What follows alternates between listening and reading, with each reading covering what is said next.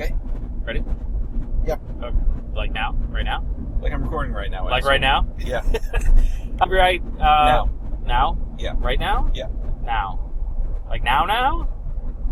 Okay. I swear to God, if you don't start, I'm going to stop again. Welcome back, Inebri-art listeners. Welcome back to this week's podcast. And we're just here to mention a quick little blurb. To this month's, our sponsor is Kristen Winkelbauer of B-Box. And the B-Box is a quarterly subscription service where you can get, it's all sorts of prints, artwork, keychains, these cool like wooden laser cut pieces of art that Kristen herself does all the art behind this. And there's several steps to each one. There's a $15, a $25, a $35, and a $45 price point for each box. And obviously the more expensive the box, the more cool stuff you get inside. And it's just got a whole bunch of prints, stickers, all sorts of cool stuff that you can appreciate her art. She does really beautiful work, and so she's our sponsor. She sent us a couple of B-boxes to give away at our events this month. So if you attend the craft beer coloring or a life drawing, we're going to have a chance to give away a B-box. And we also have a little gift bag that we have to give away also at those events. And we have the Queen Bee box, which is the $45 price point on that, the deluxe box. And that will be added into our prize package for our Facebook followers. So if you already follow us on Facebook, you're entered. If not, make sure you follow Inebri-art on Facebook, and then you'll be entered into all our drawings. And make sure you check out Kristen's artwork at, just search for Google the B-Box, and check it out. And if you don't want to subscribe on a quarterly basis to this, you can even just buy it one time, give it to a gift. I think it'd make a great gift. So check it out, the B-Box. Thank you, Kristen, for being our sponsor. And let's get into the podcast.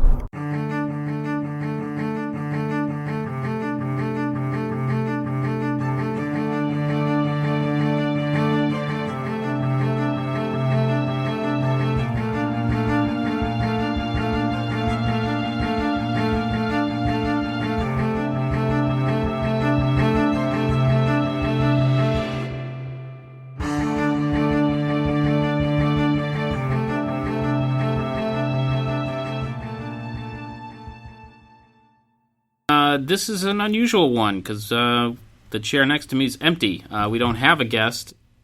What? The chair across from me is full. Don't make that face. I was getting to that. I was pointing out that there is no guest. You don't count as a guest. So we're here at the craft beer cellar. I'm with an empty chair. And Fish. Fish is also here at the craft beer cellar on Andy. Main Street in Plymouth. I was getting to that. You like build up to shit. Well, no, you don't build up to me. That is a bit of a letdown. Yeah, I mean, that's mean. It's like, all right, big special. First of all, I wasn't going to build up to big special guest. I was just going I am not include special. that at some point. So we don't have a guest here today. We're kind of improvising this as we go. We talked about doing this a while back. We are coming up to our 1-year anniversary of podcasting, and we have our Podcrawl / Fish's birthday. Happy birthday, Fish.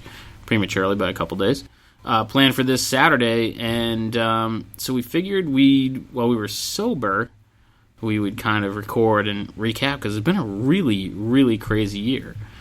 Kind of all around. So this whole venture started because I went, basically texted Fish one day and said, hey, we should have a podcast.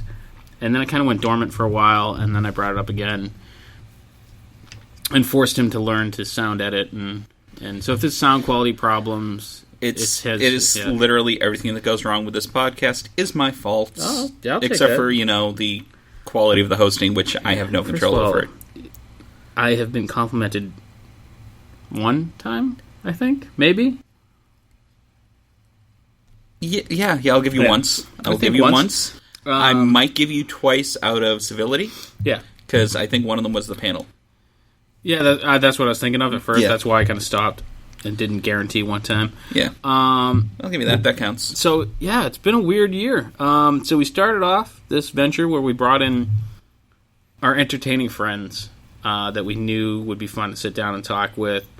We brought in Jimmy C. and Jesse and Eddie and Brian Hall and people we know could hold a conversation. And it's kind of gone crazy. We haven't had people cold call us and want to be on the podcast, but we have a lot of guests that are referring their friends. We have already had more than one podcast guest want to be on again, but we kind of put that off because we didn't want to repeat guests within a year. Yeah. Then, what was it, about 6 months ago when Jeff and Matt came to us? Yeah, a little after, because they did it right after Christmas. So. Yeah, they started recording after Christmas. Wanted us to put out a podcast for them, which we agreed to and kind of had a discussion. We're like, okay, how are we going to do this? Because this has been a whole new venture. And now it's getting to the point where we have other people approaching us. So we have probably 2 more podcasts coming up, like new ones. I don't think we're at we're not really at the announcing stage. Yeah. We're at the kind of teasing stage that there is more coming. We're planning them already. I've already sent out some messages to pretty much book guests, and we're working on the formats. So in 1 year we went from one, hey, this might be fun to try, to 2, one pretty steady one, and one that's just getting off the ground, and 2 more kind of in the planning stages. Yeah, so I'd call them nascent podcasts. I would not call them that because you don't know what the word means, Andy. I don't know. So for our listeners, what does nascent mean? Yes, for our listeners. Basically, it means like preparing and to be and almost a thing. Yes. Vaguely. And so other surprising things, we have been at events. We were at the South Shore Food and Wine Expo, and they enjoyed having us there. So we are going to be at the Hops Fest in Plymouth. It's in August. Let me pull up the exact date. August 19th. That sounds about right. Yeah. And I'll announce this since we're want to make it kind of interesting. We'll also be at the Fall Super Mega Fest. You're looking at me. Didn't I tell you that? No. We're gonna be at the Fall Super Mega Fest, Fish. This is how we work. I'm sure I mentioned it to you. I find out about things sometime around the time you guys do. It's not 100% official. Like, I haven't sent in the paperwork, but it's pretty much a done deal. And we're pretty much just going to be there as the Inebri-art podcast, looking to record with some hopefully celebrities and artists and other creative types. We were just at Massive Con in Worcester, where we had 4 or 5 artists that we interviewed. 4? Yeah. You don't have to like whisper at me. I know. I was counting. You're our special guest, Fish. You can speak. I was trying to be nice and have you come up with the answer instead of having to come up with it for you, but I think it was only 4. So that was a lot of fun. We had some panelists from the panels that I ran. Some brief interviews. They were a lot of fun. We have also had this past year some pretty influential. We've had some people agree to be on the podcast, but they wanted to phone. I don't mean like phone in the interview, but literally he over the phone. Means phone in the interview, but which I just felt like wasn't for us. So we kind of passed on it. But I mean, if they're like, and this isn't shooting that, I didn't mention it, so I didn't mention their name, so I don't have to like defend them.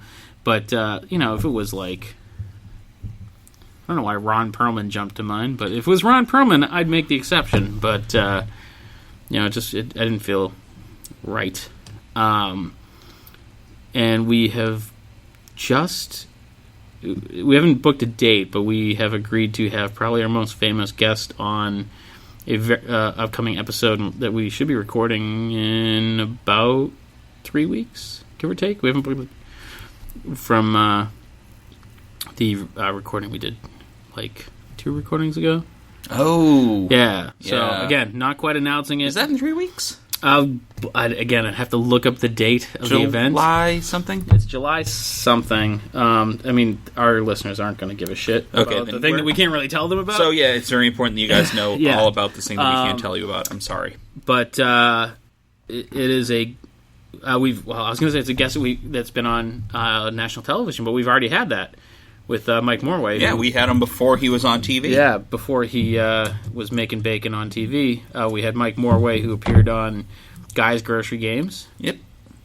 But this person was on a Emmy award-winning show. Yeah, right?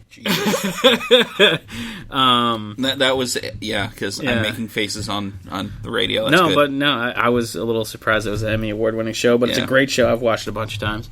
Never seen it. So, I mean, there's a lot of teasing and people being like, I don't know what the fuck they're talking about. Don't worry, neither do we. It's kind of how we roll.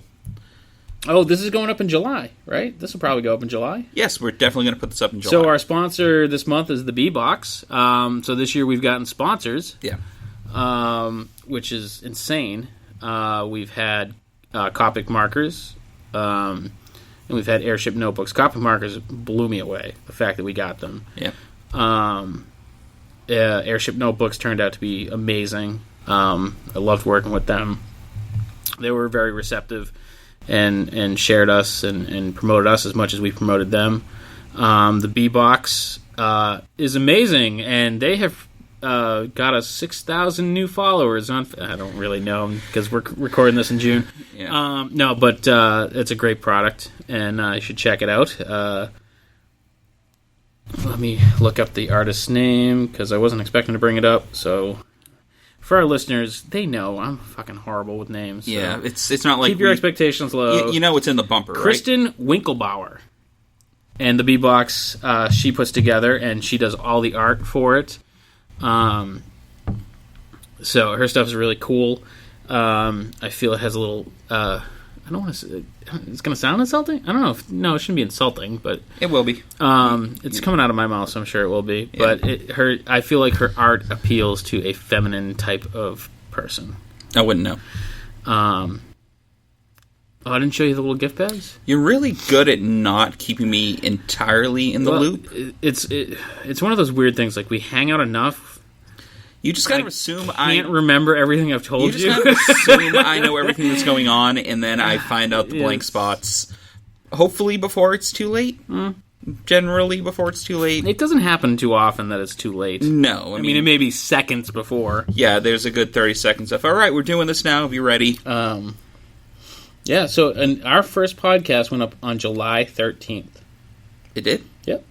Okay. I looked it up. It's on my calendar. Oh, nice. Yeah. And next month, in August, will be our 4-year anniversary doing life drawing. Yes, it will. Which we've talked about a ton. Our life drawing, if this is the first podcast you've listened to, once a month we get a model and we bring it to a bar. Yeah, great. We take a model, bring it to the back room. Yeah, we take a model to the back room at the bar, and then a whole bunch of people sit around and draw. It's much less terrible. skeevy than it is. It's a really nice room. It's basically a concert basically a concert venue. Yeah. And it's $8. We were talking to someone at MassiveCon, and we're like, "Oh yeah, it's $8 to get in." And they're like, "Wow, where I'm from, that's minimum $15." And the last few months, everyone's been getting gifts from our sponsors, Copic and Airship, and soon to be the B-Box. And so it's a great value for $8. It's a great community because they're so accepting of everyone from absolute beginners to professionals, and everyone has a good time. And it's really family. You know, everyone... jokes around and has a good time, and sometimes you go back and someone's sitting in the model's lap, and sometimes you come back and people are doing dance lessons. You say someone. It's Jesse. It's Jesse. It's always Jesse. It's always Jesse. It's a matter of what will Jesse be doing when you're not watching her. And I have never seen or heard anyone come back not come back because they weren't comfortable. Yeah, I've never seen anyone who didn't seem to have a really good time there. It's always fun. I mean, and that is from like the models down. I mean, it's not. Oh yeah, it got to the point where even new models would come off the stage at the end and be like, "This was a lot of fun. When can I do this again?" Yeah. And so we just kind of keep a rotation going.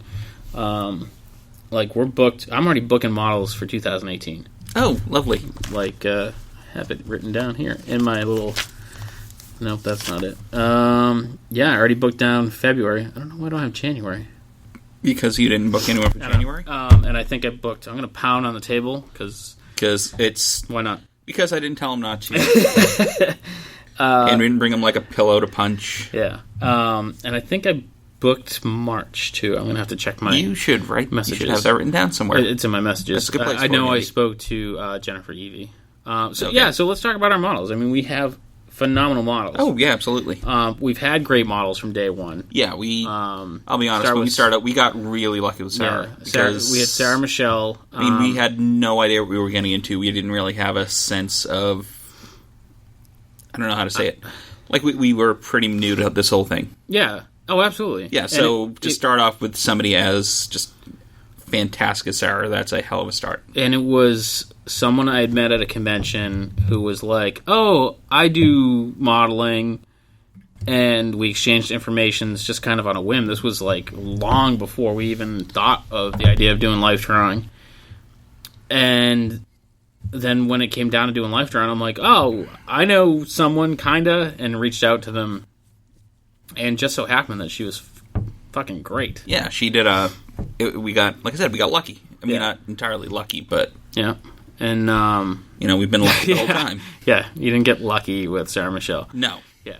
I kind of assumed that was Well, I just want to make sure our listeners abroad, because God, this has been so much. So we've had steady listeners in Scotland, some downloads in Finland, 5 downloads in Cambodia, which is ridiculous. But we even have a new listener in Japan who looks like they went back and listened to our whole library, which is some 40-plus episodes, which I can't imagine listening to us for 40 hours. I have trouble hanging out listening to you for about 1. But I figured it'd be probably more like 35. Yeah, give or take. It rounds. Yeah. But that's... And hello to our listener in Japan. And it's been a year. We haven't gotten any emails, Have we gotten any comments online? A few. Yeah. Not a ton. So if you have something to say, by all means, shoot us an email. Inebri-art@yahoo.com. We'd love any feedback you have. If you have specific guests or style of guests, do you prefer more music guests? Do you prefer artists? Let us know. And we'll try to make that happen. Back earlier this year, we upgraded our mic, and we still apologize for the early episodes and the poor sound quality. I'm not going to apologize. We were new. You should apologize, because I blame you mostly. Oh, look. It was, what do you expect? We were new at this. We had no idea what to expect. We had no idea what we were getting into.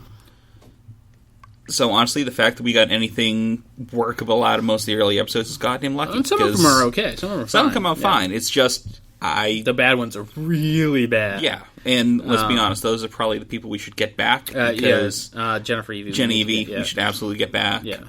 Dan is not the microphone's fault. No, but at least this way we can get it a lot closer to him. Dan Kern, speak up. Yes. At least this way we'll know better, and the microphone will be like 4 inches from his face, and we'll have Christy like leaning behind him. Yeah, Dan's had a great year. He's hanging out in Chicago at a show out there. If you don't follow Dan Kern on Instagram and Facebook and whatever other means there are out there that he's on, you absolutely should. Oh yeah, he's got a Patreon. He's got a Patreon. My Christmas present this year, my big Christmas present, was a piece of Dan Kern art. So his stuff is incredible. He posted today he's working on an H.P. Lovecraft piece. Yeah. That's super dope. So, Fish, tell us about our Christmas special. Look, first of all, Boxing Day special. Came out on the 26th. I don't care what the hell Andy says. Asshole. I get to title it, It's What I Want It to Be. That was a lot of fun. It was. And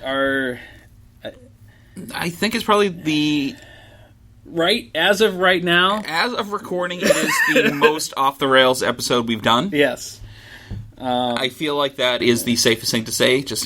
We are recording on the 29th of June. Anything you hear after this, we make no promises. It's not our fault. You let us know what you... Well, yeah, so since we asked for feedback, tell us who your favorite guest is. Fish, who was your favorite guest? Oh, shit. I was unaware there would be questions in this. Well, I'm making this up as I go. Yeah, I know. It's kind of how we roll. Shit. I don't know. How the hell do you pick a favorite? I don't know. That's why I don't know. Fucking sent it to you. I know. So I'd put you on the spot. What? I'm going to pick Alessandra. You picked Alessandra. She makes a shitload of fun of me. Yes. Yeah. Yes, it is. It's a 45-minute run of insulting Andy with a good 10 minutes of talking about her. It's great radio, and it's fairly audible. Yeah. Yeah, the quality was I gotta say, we should record. I gotta say, you know what? Toast. Oh, Toast was amazing. Toast was great. Yeah. Yeah, they're definitely my top. I loved recording with Mark Small. He's the first one that... He was our first guy with a new mic. Yeah, first guy with a new mic. First guy that played music for us. Annika Scribbling was great, but we weren't quite there yet. No, I mean... And with Toast, we had help. Yeah, we did have help. Having Eric go around and adjust everyone and everything for the recording did make life a lot easier. But man, did that recording come out great! Oh god, well yeah, they were so good. God, those guys, it's good God. Yeah, and they just had a couple weeks ago. They had their CD release party. I have the hiccups, so I apologize. I'm gonna hold my breath. Oh, good. Dead air. Thanks, Andy. So, anyway, a couple of weeks ago, they had their release party at the New World Tavern.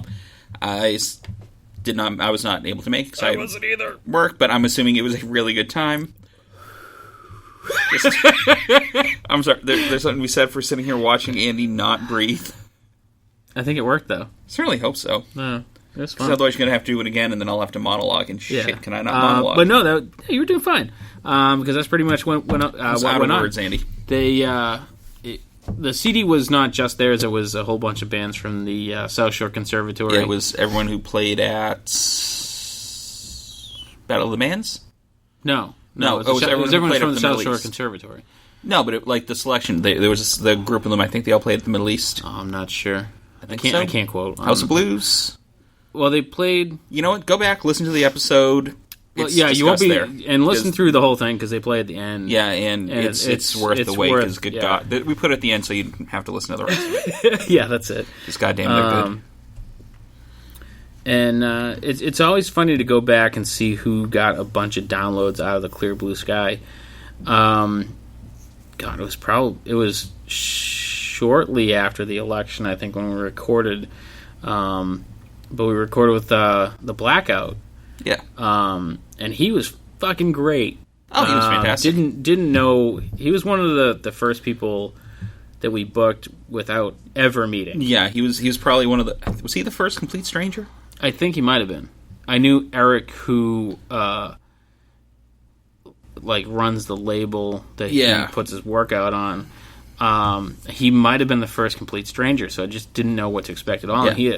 What a great story. Really interesting. Super nice guy. And I think we had music on that one too. I think but it wasn't recorded live. Yeah, it wasn't live. He did freestyle a bit for us. That was pretty cool. Which was cool. And then after that, we recorded with Faith from Fables, which is one of our most downloaded episodes. Yeah, I think it's second or third now. I think we can pull that up. Sure, I'll pull it up. Let's. I mean, you've already told us who your favorite guests are, and we'll give you the top 5. Just you haven't told what's your favorite guest. Yes. I love them all, Fish. Look, I'm not going to select one over the other. And they're not your children. You have to admit to having a favorite. Unlike your kids, where that's an easy one. You like Zoe more. I don't like Zoe. Zoe. Liam. He likes Zoe more. I mean, that's an easy one. My kids are my favorite guest. Wow. Goddamn T40. It worries me that I had to help you with that. I was just thinking back of who we've had on. We've had so many people. Yeah, I think that's the only recording I've... That's the only one you weren't there for, yeah. Nope. I don't hang out with you and your kids. It's they don't like you. That's fine. I don't really care. Yeah. I'm sure they're very sweet, but they're not my kids. I don't have to like them. They are pretty great. So, as Fish pulls they are second. Who? My kids?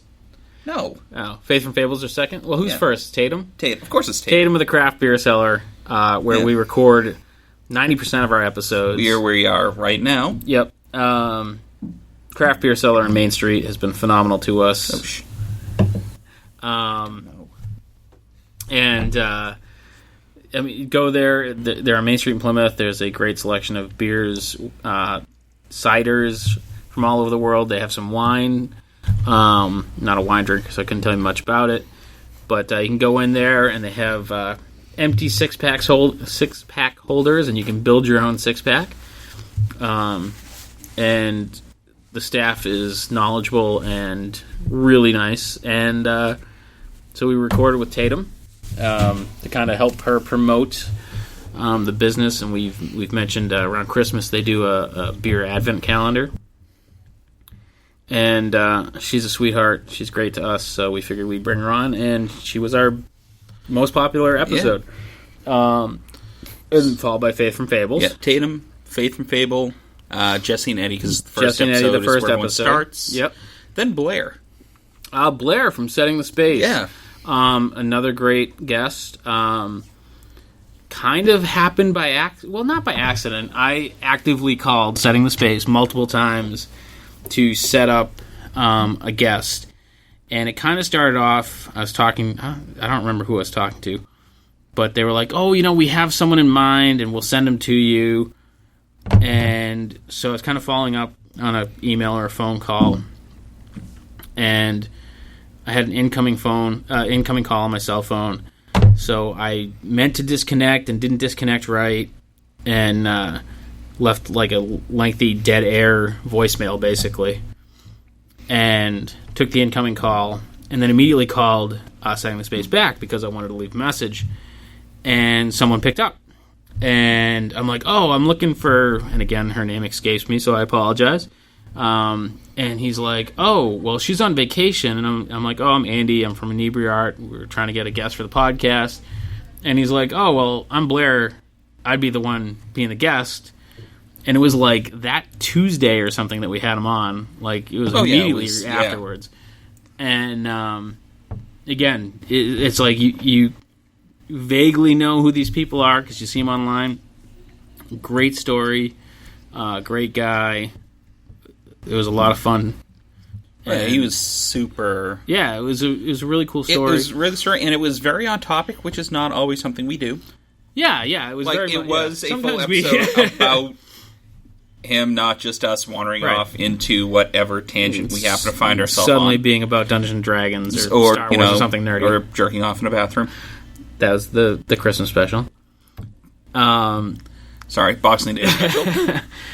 But my favorite thing about the Blair episode was it reminded me a lot of us in Inebri-art, where he talked about how he got started, and it was kind of like this, I put my name out there, and I got this interview, and I came out of the interview and threw up because I'm like, I don't know, not set up to do what they're asking. And that's kind of been the theme for this year. There's been a lot of, we can do this, and then about 4 seconds later, us sitting going, okay, what the fuck did we just agree to do? And how are we going to do it? And then we kind of putz our way through. Yeah, so since like a lot of this isn't... I mean, I end up telling stories just because I'm on every episode. But the funny story that came out of that is I got a phone call... probably was about close to 2 months after that, from a radio station, local radio station, 99.1, and it was their manager of sales, director of sales, something like that. His name's Chris, good guy, And he's like, oh, I just met with Blair, and, they're signing on to be our sponsors for the 99 Days of Summer, something they have, and we need some video spots for their promotion. And Blair said, you're the man. And I'm like, oh, yeah, okay. And in all honesty, had no idea, how that happened, how to shoot video. So after talking for a while, he's like, oh, just take some video of Blair saying, thanks for listening to, 99 Days of Summer, blah, blah, blah. And I'm like, I can do that. So I agree to do it. I run down to their Falmouth store, their new Falmouth store. You should stop and check it out. I'm just going to plug everybody. That's what you do. And so I started talking to Blair, and he's like, oh, I want pictures of this, and I want video of that, and da-da-da-da. And in my head, I'm like, this isn't what Chris said. And I'm like, great, let's do that. And took a whole bunch of pictures, shot some video, got out in the car, and my girlfriend turns to me. She's like, how are you going to do this? And I'm like, I have absolutely no idea. And since then, I have gotten 2 more gigs from the radio station. Cool. They just hit me up the other day. Nice. To shoot some more videos for them. Is this one also in Cohasset? No, it's not. Thank God. It's in Hingham. There is. Oh, crap. Yeah. They're not close, but that's we'll deal with that later. Yeah. It's amazing what happens, and if you hear people say that can-do attitude, and it's not. It's not a candy. It's a will-do attitude. Yeah. There's a lot of basically being down to do something and then hoping you kind of figure your way through it on the way. This is honestly why Andy's here, because I don't think like that. There's a lot of I need to know what I'm doing before I agree to do something. Yeah, see, I'm more just like I suppose looking back, I've kind of always been that way, where it's like, yep, we'll do that, and then there's a whole lot of research of what did we agree to do? How do we do that? But to me, that's what makes it fun. That's what makes it exciting. Yeah. And I'm a deadline guy. Give me a deadline. If you don't give me a deadline, I've had a lot of people be like, oh, I want you to draw this, that, and the other thing. And be like, well, when do you need it by? And they go, oh, whenever you're going to get to it. I'm like, yeah, it's not getting done. Yes. If you don't give me a deadline, fucking forget it. And if you give me a deadline, you understand I may have 6 months ahead. It will be done a week before. It'll be done an appropriate amount of time before, but it's not going to be done in advance. It will be done before. It will be done by the deadline. Yes. But yeah, it's been an interesting year as far as that goes. We have, we're waiting now. We just got a shipment of some electronics, and we're waiting for some more electronics because we have some more stuff planned. We kicked off our YouTube channel. That we did. Very quietly. There's only a couple videos up there. Yeah. A couple of podcasts, which I plan on getting more. It's just a matter of sitting down and adding video to the podcast. Yeah. And I'm getting a weird thing. I'm going to have to switch software because I'm getting like a weird thing where it drops like the last, literally the last 10 seconds. We'll figure it out. Yeah. We'll deal with it later. But so if you're gonna write in and be like, hey, your videos are losing the last 10 seconds, I'm aware. I don't know why. It's a technical issue. It's a software problem. We will deal with it. But you heard earlier that all the sound problems are Fish's fault. He took those on. Yes. So it is. Thankfully, Fish's fault. none of the video problems are mine. So I'm the fine. video's fine. The audio drops out last Look, time. it's a video issue. It's not. It is. It's not. It's audio. I don't know what you're talking about, Andy.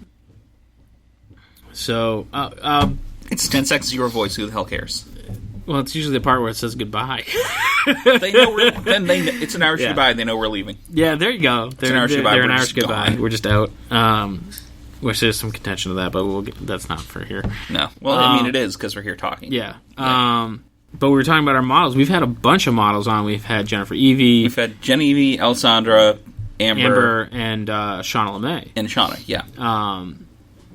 and 2 of those we need to have back on so we can get better quality. Are you willing to bring Alessandra back again? Yes, I thought she was a great guest. She was a great guest. I cried in the fetal position for a while, but she was a great guest. That's just how you get to sleep at night, so who are we to judge? So, all right. So, excluding my kids, because that's like the gimme. That's the non-answer, Andy. My favorite guest. It's so hard because we've had so many good guests. But I'm probably gonna pick Mark T. Small. Really?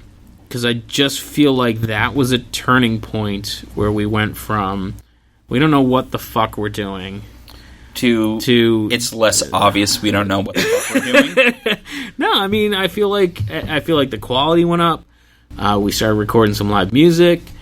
Mark T. Small, I felt like was the next level of guest, and like he was somebody people had. He heard wasn't of. Our friend. He wasn't a friend. He wasn't a friend of a friend. He was just and he's got a lot of credentials behind him. Yeah, he was a legit musician that we ended up getting and that's on. not a shot at any musicians we've had on. It's completely a shot at all the musicians you have on. Andy, what are you doing? Well, you said it, not me. That's fine. Why do you hate all the musicians we've had on? Because I want hate mail. And if I have to act out to get it, you know what they say. You act out to get attention? Negative attention is still attention, Andy. Mm-hmm. So, we have this year coming up. We do. We have a lot of things kind of in the planning stages. We do. Video projects, more podcasts. People ask me all the time, they're like, when do you relax? To me, this is kind of relaxing. Like, I don't... Well, sure, you sit and talk, and then I do all the hard work. Right, yeah. That's the point, Fish. Yeah. Fucking pay attention. But it's fun. I mean, all of it's fun. Oh, if I didn't enjoy doing it, I'd have told you to fuck off by now. You've told me to fuck off already. Probably today. Okay, fair. Probably. Yeah. If not, I will. All right. So, but who would be like in this coming year, who would be the guest that you'd be like, yeah, he's achieved, or she is achieved, or they, or whatever pronoun, thinking of you guys upstream,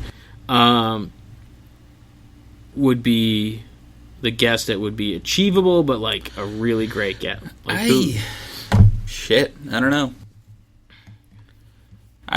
And why is it when only Star Trek talk comes up that you get like close to the mic and then decide to talk? Because there are only certain situations where I feel like I can contribute to the conversation, and yeah, but I'm not qualified. I can't contribute to any conversation. I know. I just don't shut up. This is the difference between you and me. I tend to be the shut up one. This is true. This is the most I think I've talked on an episode, and that's including the Box Station special that I was technically on. Yeah, that's true. We just had Monster on, and why the fuck would I talk if we could listen to Monster instead? Well, Monster's not on all the time. No. So. Neither am I. I'm just here. Yeah. Quiet. I think I'm on less than Angela is.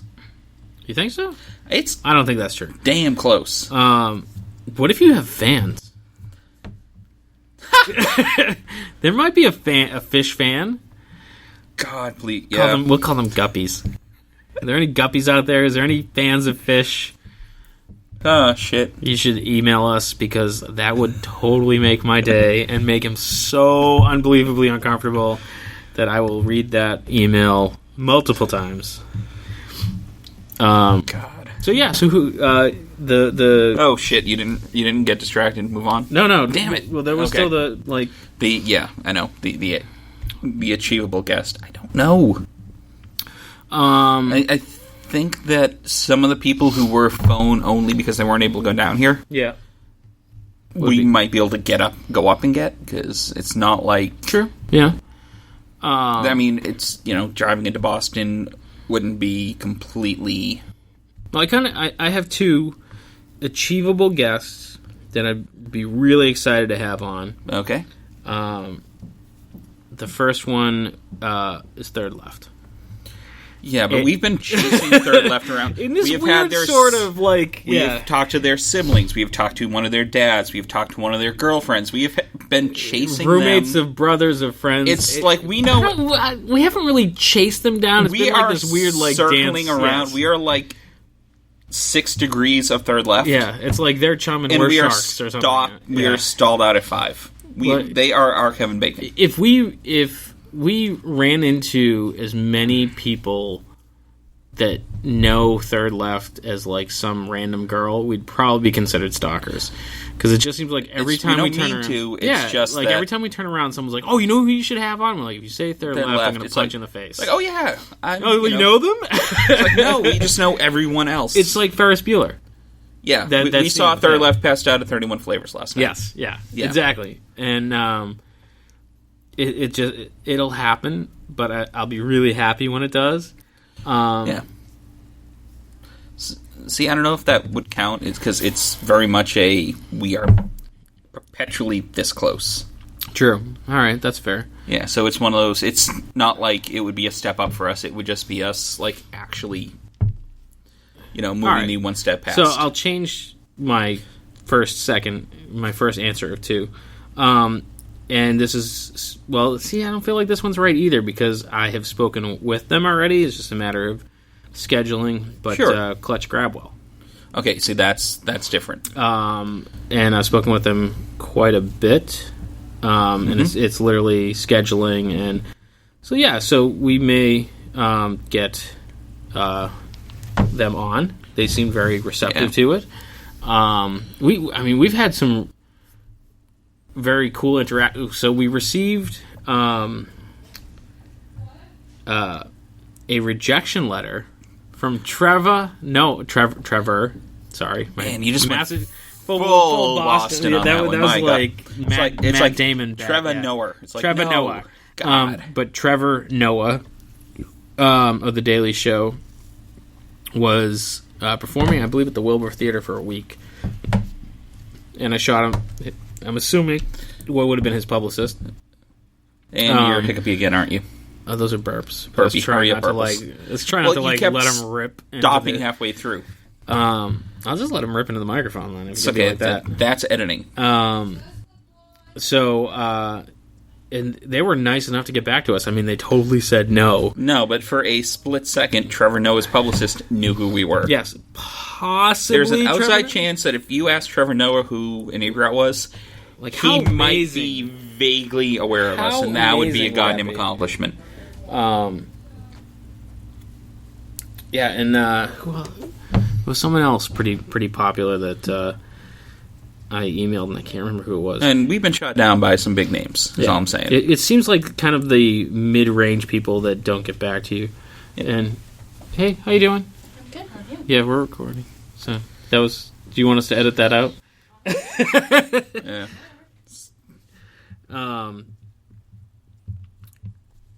So I lost track. Oh yeah, so it's just kind of cool to get that kind of... Yeah, it's nice to get that kind of acknowledgement, I guess. Yeah. It makes us feel like we're legitimate to be shot down by A-lists, or even like B-lists. I don't know what you call Trevor Noah. I'd say B-list because he's not Jon Stewart. Yeah. And there's nothing wrong with me. No. Because I like The Daily Show. I love Trevor Noah. If you put Trevor Noah in a movie, people would be like, who's that? Oh, yeah. Because when I tell people that story, sometimes they're still like, who's that? Yeah. The other one who has agreed to be on the podcast, and it's a matter of scheduling when they're in town, and I have kind of a standing invite to them that the next time they're in town, I'm going to reach out to them, and his response was, I'm just going to say yes to be on the podcast, is Ben Templesmith. 30 Days a Night. Yeah. Artist, for anyone who doesn't know. Yeah, we've met him. He appeared. Yeah. I've met him at cons. Oh, yeah. I'm not saying we hang out, but at least I know who the guy is. We got to know him I did a convention back in February with Dan Kern, and it was fairly slow, so we were kind of shooting the shit, and Ben was a super nice guy, and I talked to him like, listen to this podcast, and a lot of times people are like, great, whatever, but he was like, yeah, I'll only say yes if I'm in the area. Yeah. And so next time he's around, we plan on recording with him. And then I mentioned beer, and he's like, I'm in. So yeah, we do have it's a pretty easy sell. Where are you? We're at the bottom, the basement, the beer cellar. Here's a question for you, Fish. Go. Do you feel like Inebri-art name blocks interest in our group? Because I've had a lot of people say, well, I don't drink. And I'm like, you don't have to. Like, it's not... I don't know, but the problem is, at some point, it is our brand. It absolutely is, and I agree with that. And I don't necessarily want to say change the name because, one, it's kind of who we are. Two, right. You know, we're getting patches made, and at that point, you are kind of stuck in. Oh, yeah, by the way, we're getting patches made. Yeah. They'll be up by now. I just really wanted to be the one to break that. Yeah. Well, yeah. But yeah, we're Good kind of... for you, Fish. You broke news. I broke news. Yeah. Because you told me about it like an hour ago. We'll have patches made. I'm sure they'll be available by the time this podcast is up. They're simple patches. They're going to have the Inebri-art logo on them, and they will retail for $5. Yeah. Available on probably our Facebook. We'll figure that out after. Our website's not set up to sell it can only sell one item at a time. Okay. Well... And that's changing. So that's other news. You want to break that in two? Break the hearts of those who love us. If people loved us, we wouldn't have to cancel it. Look, Andy, your kids love you.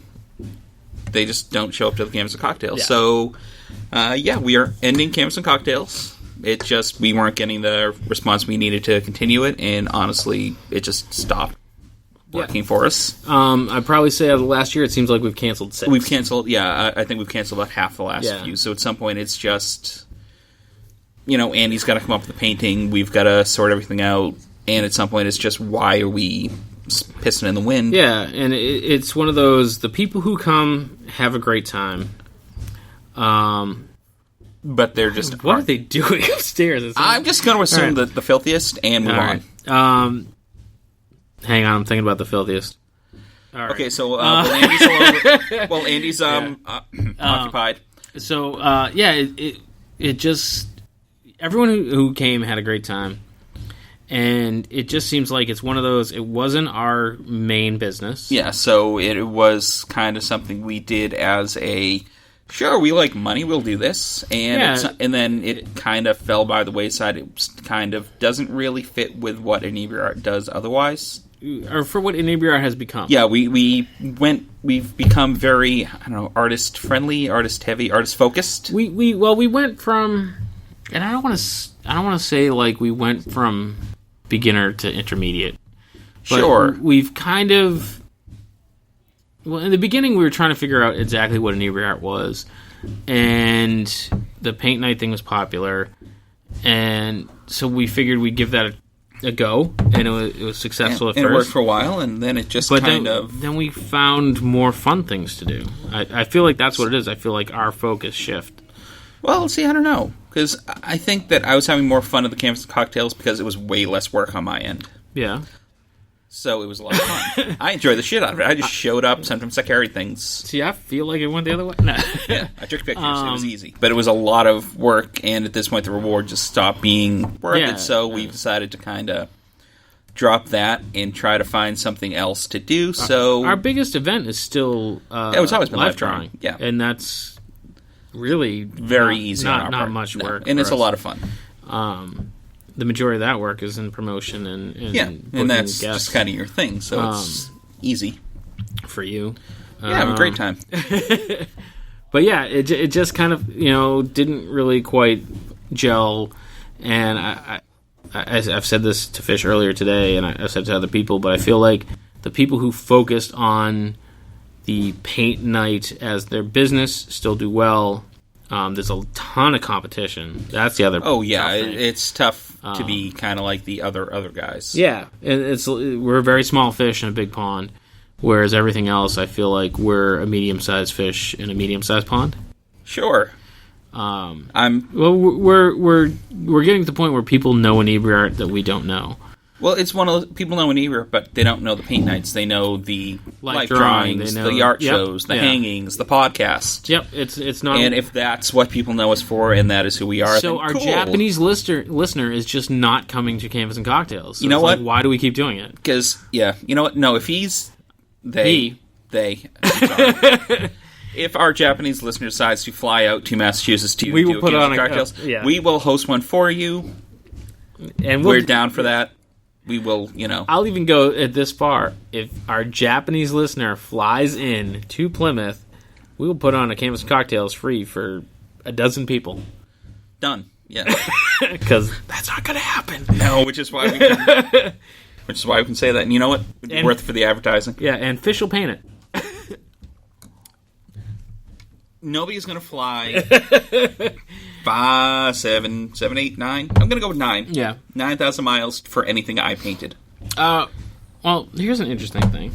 So, when this started, for our listeners, Inebri-art started back in 2011. I was at Fridays, and Monster was tending bar, because that's what he did back then. And he's like, hey, these drink and draws are a big thing now. We should have a drink and draw. And I'm like, great, let's do that. More of the just say yes kind of thing. And, excuse me. See, I'm just going to burp, and you're going to have to deal with it. Well, that's fine. I don't care. And so we had the easier edit because you stopped talking to do it. Yeah, and we had the just say yes mentality. And I'm like, great, when are we going to do that? And he's like, well, I work Thursdays. I'm like, so Thursdays it is. Thursdays. And for about 2 years, every Thursday we met and had this drink and draw. It was only like 5 or 6 of us. But, it was a good crowd of it was our fun. Close friends. Yeah, exactly. And that's how Inebri-art got started. Then later on, we started the life drawing, and then we did the Canvas and Cocktails. And then a few years ago... we started doing the art shows. Well, we started hanging art. Did we hang before we did the shows? Yes. Oh, sure. Because we hung art at the Driftwood for almost 2 years. Oh, yeah. Or a little over 2 years. Not anymore. Not anymore. We hang art at the Craft Beer Cellar. And then it just kind of spiraled from there. And the Spire. Or did you just help with that? Or was that you? No. I mean, yes, but no. It's very strange. So there is the Spire Performing Arts Center, and I am assisting. Like, it's not really Inebri-art that hangs it, but we help out. So we kind of help them find artists. Sure, I can work with that. I can. We don't really. We'll take that. We're involved with the search. Yeah, it's this weird. We're involved with hanging art. We're involved with finding art to hang at the Spire. Is that the best way to just say it? Sure. But here's the thing with saying yes. Sometimes someone comes to you and be like, hey, this is what we need. And you're like, yeah, great. And you start working on it, you start helping out, and then you realize it's very vague. And that's kind of what it is. It's very vague. It's not our responsibility. So, if they don't have an artist, it's not like they're going to comment and be like, where the hell's our artist? So it's just kind of on a volunteer. The Spire's a great thing, so I have no issue with that. Sure, anything we can do to help. Right. We have been asked to help promote the opening, which might as well pull up. We just had... Kayla? Thank you. That was a burp, but it's not like I forgot her name. I would never do that. You didn't forget her name. It's just... it is not pronounced the way it's spelled. Is that it? Because I really struggle with her name. Because it looks like Kaylee. It looks like Kale. Yeah. And then you just kind of keep going. So, let me see. I can pull up her events, I think. But anyway, so she's having an opening, and she asked Inebri-art to help promote it. And me being me is like, yeah, absolutely. What do you want us to do? So let's see if I can find this on her Facebook page. I really hope they're not all getting murdered up there. I don't know. It's like they're playing basketball, or it's like some sort of weird thing, sex beating going on. It's like... Look, I don't know if you guys can hear it on the mic, but there is a rhythmic thumping going on upstairs. But not rhythmic enough to be... Honestly, it sounds I totally know what it is. It's a goddamn heartbeat. No, I know. It's $100. Okay. I will tell you what it is. You bet me $100? No. Oh, shit. So, what it is... For our listeners who haven't been to Plymouth, you should come to Plymouth. There's a great place in Plymouth. It's called the Dirty Water Distillery. And the Dirty Water Distillery is run by Pepe. And Pepe is kind of like a jack of all trades. Instead of like paying to have something done, he will figure out how to do it.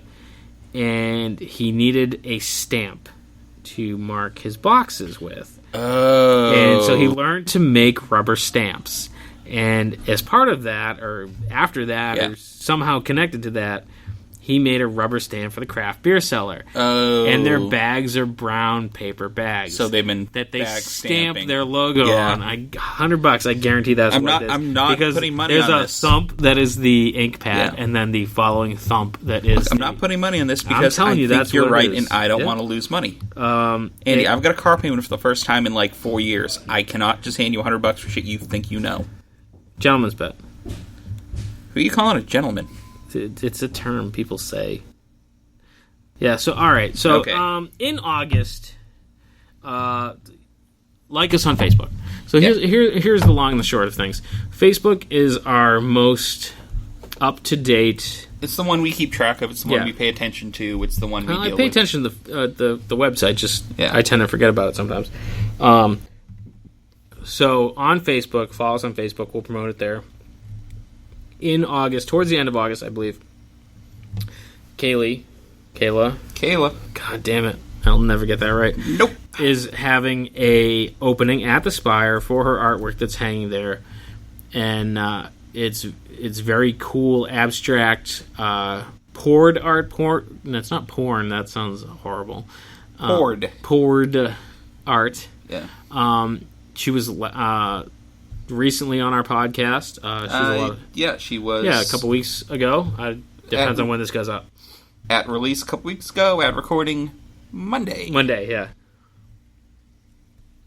A lot of fun. Had some samples of hot sauce still laying around from David Flip. And David, if you're still listening to this, I still hate you a little bit for killing my taste buds. It was so much. It was great. Thank you. I feel like we started on a question. We totally got off of that, but we'll get back to that. Only if we remember what it is. Yeah, probably not. So her opening's coming up, and so we'll post more about that. So like us on Facebook, because every 100 likes on Facebook, we give away a prize package. And it basically started off with some art supplies and a few swag-type things we were able to put together. This has been our biggest prize package that we've had to date, because our podcast guests started bringing us gifts. And if we can't eat it at the time, we put it into the podcast, the Facebook prize package. So the only thing that hasn't really made it in there was the snacks that Mike Morway brought us. Yeah, because, they would have gone bad. And no offense. They were fucking delicious. Yeah, they were not going to make it one way or the other. So our podcast guests bring us some stuff. I think this prize package is pretty close to being completed. We may add a couple last-minute things. And, though I think it's something we just cap it so... Yeah. Because we can start working on the next one, really. Yeah. And we've already had a couple of commitments to the next one, so we're already looking at a book and some cool Plymouth swag coming to the next prize package. I love cool Plymouth swag. And... also books. Mostly books. I love books. Yeah, Fish is a book guy. I'm a nerd. It's what I do. So if the book looks like it's been read, it's not me. Because Andy doesn't know how to read. I know how to read. Filthy lies. When was the last time you read a book? Oh, God, it's been a while. I just haven't had the time to sit and read. Yeah. Wow. No. Maybe a year ago. Do you remember what it was? Yes. It was called, Who Took My Cheese, or Who Took All the Cheese? Something like that. Was this a children's book? No. Was it The Hungry Caterpillar, Andy? No. It was a recommendation by someone. And by the end of it, I'm like, this is very, self-helpy. And, I think I know what you're kind of about. I felt like it was in very self-helpy... You ever read a book in self-helpy kind of ways where you're like, I don't feel like I need, like, I can understand how this might, like, enlighten someone. Yeah, but it's not. But it was very much about, like, be proactive and don't sit around. And I'm not someone who really sits around. Yeah, it is. And when I do sit around, it's kind of like, I just want a day to do nothing. Yeah. So I found it kind of repetitive and not, like... helpful. Yeah. Not saying I don't need to help myself, but I didn't feel like I needed to help myself in that way. That is not the help you need. It was about mice and cheese and a maze and sitting around and eating all the cheese and then going to be like, where the fuck's the cheese at? Sure. I need to do something to find cheese. That's totally... yeah, sure. I'm with you. I follow. I'm picking up what you're putting down. My ballpark synopsis of that. Book reports with Andy. Cliff Notes. Wait, do they have Cliff Notes? I think there's Spark Notes now. Spark? Is that like an app? No, I think it's... I don't know. It's got to be like you realize that I haven't been to school in more than a decade. I feel like I could ask my kids, but that would disappoint me if they knew. No, because it's common knowledge when you're that age. And seriously, when did I need Cliff Notes on to read anything? That's true. You read very fast. I do. See, I didn't use Cliff Notes. I would use the Classics Illustrated comic books. Oh, cool. Yeah. So I was still reading. But it was short. Yeah. It's like, do you remember that one on page 14? It was short and there were pictures. It's like on page 381, it's like, it was a comic, it only got to 33. It got me through high school. Yeah. And so you can look at it one way. You can buy your Cliff Notes or your Spark Notes, or whatever it is called. Or you can invest the money and buy some Classic Illustrated comic books, because that shit's expensive now. Yeah. Or, you could just read the book. Yeah. Well, it was my issue in school was always, why the fuck are you taking this long to finish the book? I'm done. See, I was always more like... See, I hate to say this, because I know my son listens. But it was kind of like... Do you want me to mute the mic so you can admit to terrible things? No, it's not terrible. It's just, lazy? No. I was... See, the problem is I'm not a stupid person. I'm a reasonably intelligent person. And it became like... I'll give you that. If you couldn't explain to me why I needed to know... It was kind of... Then I was smart enough to be like, well, then why the fuck am I learning this? Yeah. And so it kind of became like, well, you need to read this book. And I'm like, well, I don't need to read that book. It's like, yeah, I can see that. And it's weird, I've read more books that I was supposed to read outside of school than I did in school. See, I've never worked out... But see, this is the thing, is I read them to enjoy them. Yeah. Not because I had to. And there was a lot of, here, we're going to have you read this. It's like, great, guys, it's a 400-page book. I got 3 days. Yeah. What do you want me to do? But Old Man in the Sea, no one needs to read that shit.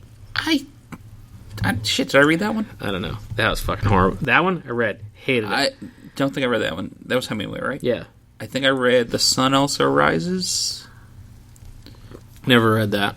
Yeah. And whichever one was him driving a ambulance in Europe during World War I. Oh, I didn't read that one either. Yeah, that was... the only Hemingway I think I read was the one you Old didn't Man like. in the Sea. Yeah, yeah, well... It was just like... I didn't like his writing... He is a very terse, very short sentence writer, which... Yeah. Is great for reading fast, but is really annoying for the flow of language. Like, I'm a big fan of Umberto Eco. I don't know who that is. You wouldn't. But he's written stuff like The Name of the Rose, Foucault's Pendulum. He's a very, very... For something that I'm pretty sure is translated from the Italian, I've never read a book where I completely lost the thread of the plot and I did not give a shit because I was really enjoying the book that much. Like, just his flow of language was just goddamn addictive. Yeah. I didn't care where the hell I was going. I'm on the road. I'm in. But never liked that. Read Catcher in the Rye and really enjoyed it after high school. See, I never read that. Somehow, in high school... Well, You Will Never Assassinate Anyone. Isn't that like a thing? That like all assassins own like Catcher in the Rye? I don't know. I assume it was one of those things where like everyone owned Catcher in the Rye. Like, it's one of those, all the school shooting kids played violent video games. It's like, it's because 85% of kids played violent video games. Yeah. Right, yeah. It's like, I played a lot of Street Fighter. I'm shit at it, but you know what I'm not going to do? Kill everybody. Because I'm No, but I could see you getting beaten up by a small Asian girl. For money. And at the end of her going, you suck! Yeah, and then I would pay her $100 and enjoy my evening. Yeah. Don't kink shame, Andy. Hey, dude, whatever makes you happy. I feel like I know too much about fish now. Oh, yeah, that just made the episode. Yep, it did. But, yeah, I mean, there was, like, Taming the Shrew I really enjoyed. Never read that. That was Shakespeare. Shakespeare is... I don't like reading Shakespeare. Why? Because it's not meant to be read. It's meant to be seen and performed. It's like reading a play is missing a lot of it. Yeah, I can see that. Like, I would rather watch... See, it's probably why I enjoyed Taming the Shrew, because we read it at the same time. We kind of, like, we would read kind of like a chapter and then like watch it. Yeah, see, that's fine. So, like, I liked it because in my mind, it was not what you would expect from school. Oh, that's fair. You know, because it's not. Yeah. I mean, it's. But yeah, we didn't read that. We did Julius Caesar, which I fucking loved. Yeah, it's a really damn cool story. So every once in a while, I'll get in a fish's car, and he listens to this podcast, and it's like a fucking year-by-year history of the Roman Empire. I want to fucking blow my brains out, and I only hear like 3 seconds of it. And first of all...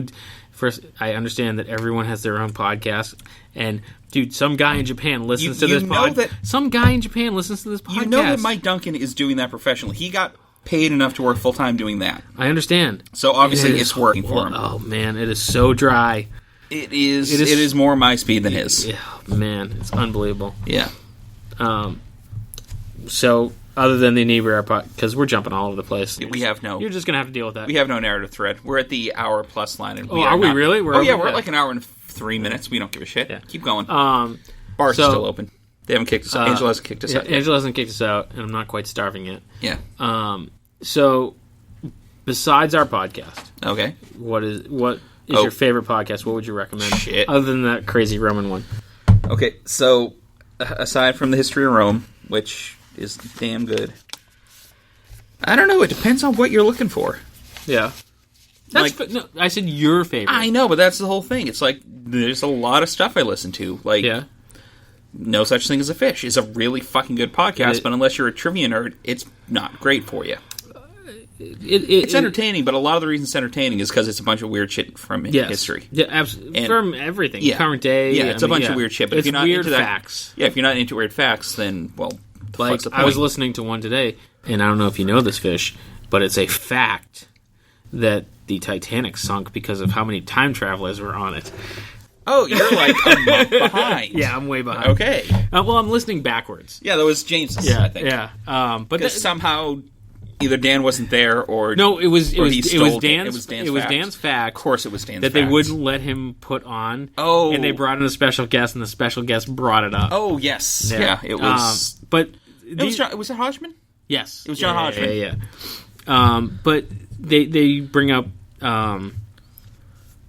unusual facts, and then they kind of spin and then riff they spin off of it. them. So it'll be like someone will bring up an elevator fact, and someone else will be like, "Oh, I have this elevator fact." And it'll involve like an elephant. Yeah. Someone will be like, "Oh, I have an elephant fact," and kind of go from there. Yeah. But it's just fun. It's a lot of fun. Yeah. They're all really, really funny people. Yeah, which helps. Oh, absolutely. I mean, it's delivered really well. Yeah. So that's one of my absolute favorites, and that's really what got me. I think that was my first podcast. Yeah. Because it was, hey, QI, the guys from QI have a podcast. Yep. Okay, I'm fucking in because I love QI. That's exactly how it worked for me. And, well, I'll name drop because I'm gonna. Sure. Adventure Zone is something I listen to. That's a lot of fun. Okay, well, if we're gonna drop role-playing podcasts, I'm a big fan of 6 Feet Under. Well, you don't even bring up Critical Role. First of all, it's a podcast now. Don't be a douche. 102 episodes in, they finally released the first 10 on as a podcast. But Adventure Zone's a lot of fun. It's very loosey-goosey with the rules, but it's silly. Nerdist, which is one of my favorites, and kind of got me to the point where I'm like, yes, we need to do this podcast. I feel like this is very loosely based on Nerdist, and maybe not so loosely. That's been a great one. Infinite Monkey Zone. Infinite Monkey Cage, sorry. Yeah, it's okay. Is another great one. Star Talk. I find Star Talk to be kind of hit or miss with me. Yeah? All right. I've also been listening to The School of Podcasting. Surprise, surprise. Gasp. And I find it, I don't know if it's hit or miss, but sometimes it's very guest-based. Yeah. Depending on the guest. And I find it helpful in marketing in general, not necessarily podcasts. Oh, okay. Because they talk a lot about social media, and I do a lot of that. But it's good. It's not great. It's good. I enjoy it. That's fine. But I can see if you're not interested in podcasting, it would be fucking horrible to listen to. Yeah, no, I mean, I'm with you. I mean, there's a lot of stuff I listen to that I'm never going to recommend to you because I know that, holy shit, you don't care about the Bible. You're never going to listen to Sunday School Dropouts, so... I don't know, I might. This is the other interesting thing. We had someone bring it up was... oh, shit. No, I can't remember. It's an atheist one. Oh, shit. I can't remember the name of it either. We were just talking about it with someone the other day. But I know it as a YouTube channel, not as a podcast. And the other one I've been listening to is Dice Tower. Atheist Experience? That's it. Atheist Experience. Good, really, really good one. And Dice Tower has been a lot of fun, but it's very radio-like. It's not very conversational. Yeah. But they cover a lot of games, and we're a couple of tabletop game nerds. And, so you want to break news, man? Break news. Okay, so as you may remember from like 20 minutes ago, we've ended Games and Cocktails. So in its place, we are starting an Inebri-art game night. Going to be starting out on... what? Was it September? Hang on. Yeah. That's a good date. Yeah. So so I can go with that, the one that you pointed out. Yeah, this one right here. Okay, so this one right here. This one right. I'm using my middle finger to point at him. Yes, it's very offensive. I'm disgusted and ashamed. Also, so on August 30th, we are starting our Inebri-art game night. Yep. At probably the craft beer cellar. Not the craft beer cellar. New World Tavern. You suck at this. You are fucking horrible. You have one job, goddammit. Yeah. Don't worry. It's not this. So, at the New World Tavern on August 30th, we will be launching our game night.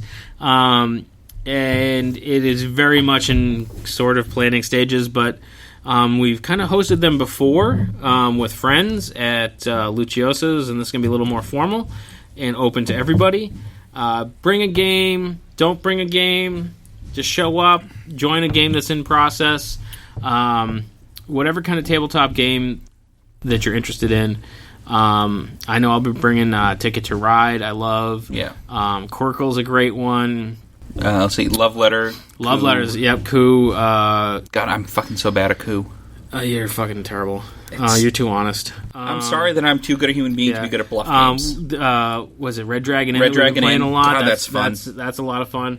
Can be kind of tweaked into a drinking game very easily. Well, let's be honest. Everything we play can be tweaked into a drinking game. Catan. So is Catan. Yeah. So just come hang out. Play some games. Play some games. Drink with us. Yeah. So and we don't buy that you live in Japan, Scotland, or Finland as an excuse. There's airplanes, so get on them and fly. Because I hear it's really easy because the Earth is flat. It's a filthy lie. You know what?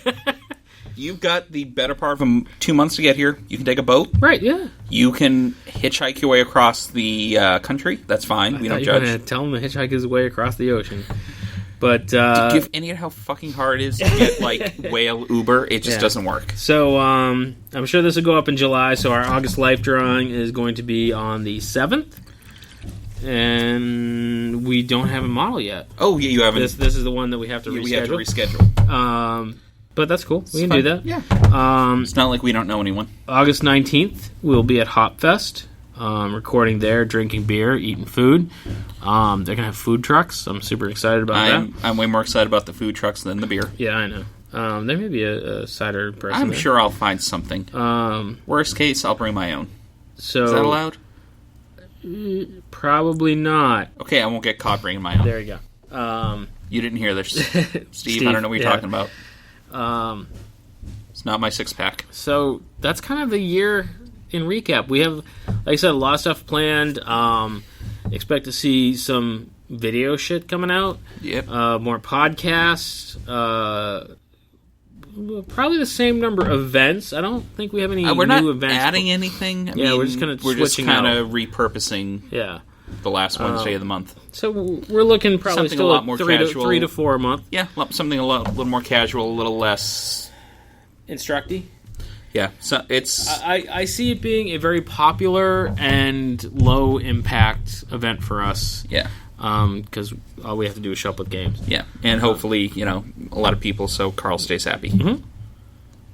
Because Carl's happiness is very important to me. And so he just yells at Andy instead. And if you get a chance, make sure you stop by all our friends in Plymouth. Plymouth has been a phenomenally great town to us, starting with Lucioso's pub at the Jenny Gristmill. John and Gabe are fantastic. Tatum here at the Craft Beer Cellar. And Angela. I mean, everybody, but I'm just kind of naming the people in charge. Owners. Yeah. Pepe at Dirty Water Distillery. There were some interesting days in the beginning, but that's all worked out, and it's he's a great guy. Yeah. Jim at Surfside Smokehouse. We love Surfside. him. Jordan at the Speedwell. Carl and Roman at New World. Yeah. The staff at the Tavern on the Wharf. We've done a few things with them. Yeah. Just everywhere we've gone, we've just been met with some of just really wonderfully nice people. Yeah. Super engaging, super willing to deal with our bullshit, which is nice. Yeah, we're not that bullshitty. We're more fun. We bounce, but it depends. We're like that pesky, those guys kind of thing. Thankfully, we haven't been that table in a very long time. Personally, I want to thank Wood Seafood and Plymouth Cruise Lines. They were my sponsor for the lobster crawl. So basically, I was paid to paint a giant lobster. I really didn't make any money because I put it all into supplies. So if you're down by the waterfront in Plymouth... It's okay, Andy. You got paid in exposure. No, I have pants on. It's a filthy lie. There is no proof that Andy's wearing pants during this recording. Beyond the fact that I'm still in the room. The fact that I'm still in the room recording with him is the best evidence that he is in fact dressed. So if you're down at the waterfront in Plymouth, there's a lobster. Allegedly, its name is Claudia. Its real name is Woodrow. But it's right across from Al's Pizza. I got the opportunity to paint that. It's going to be out for about another year. So if you happen to be down here, take a picture, send it to me, because I kind of collect the pictures of people with Woodrow, Claudia, whatever you want to call them. So remember, because we're not smart enough to say no to things, if you have ideas, shoot us comments, shoot us complaints at Inebri-art@yahoo.com. That sounds terrible. It does sound We're terrible. not smart enough to say no. We're God. It's true. It's true. It's just really an awkward phrasing. Yeah. So, so shoot us some comments. We'd love some feedback. Make sure you check out Jam Packed Podcasting.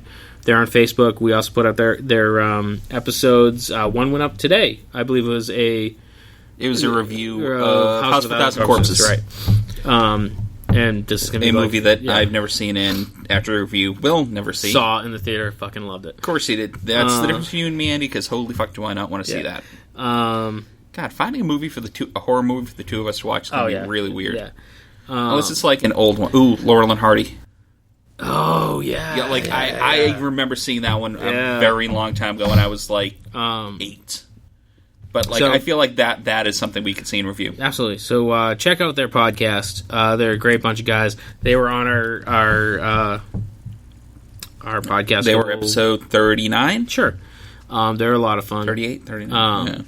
And thanks for listening. I mean, that's really the important thing. If people weren't listening, we'd probably still be doing this. It would just no one would be listening.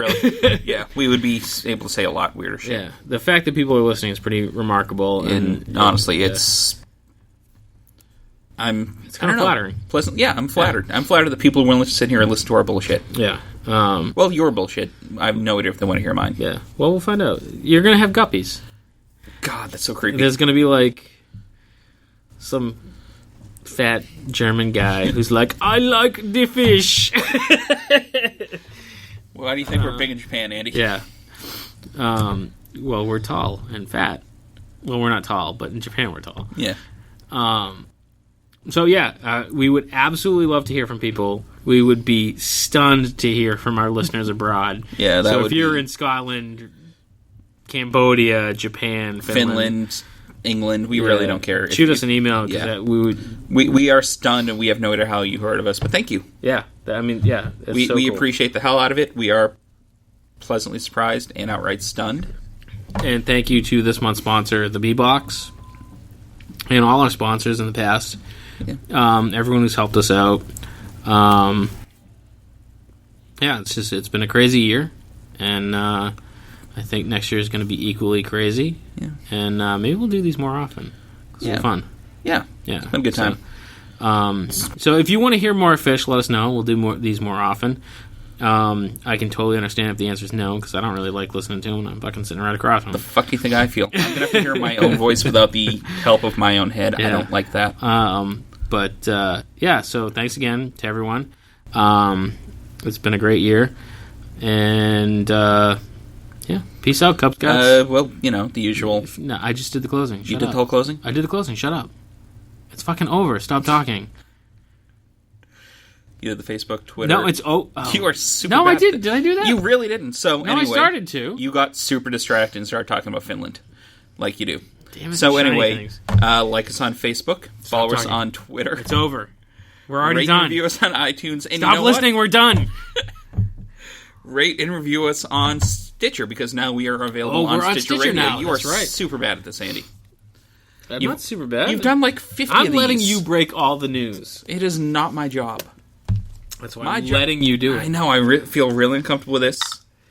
Okay, and now we're done. Now we're done. We're done now. Right now, we're done.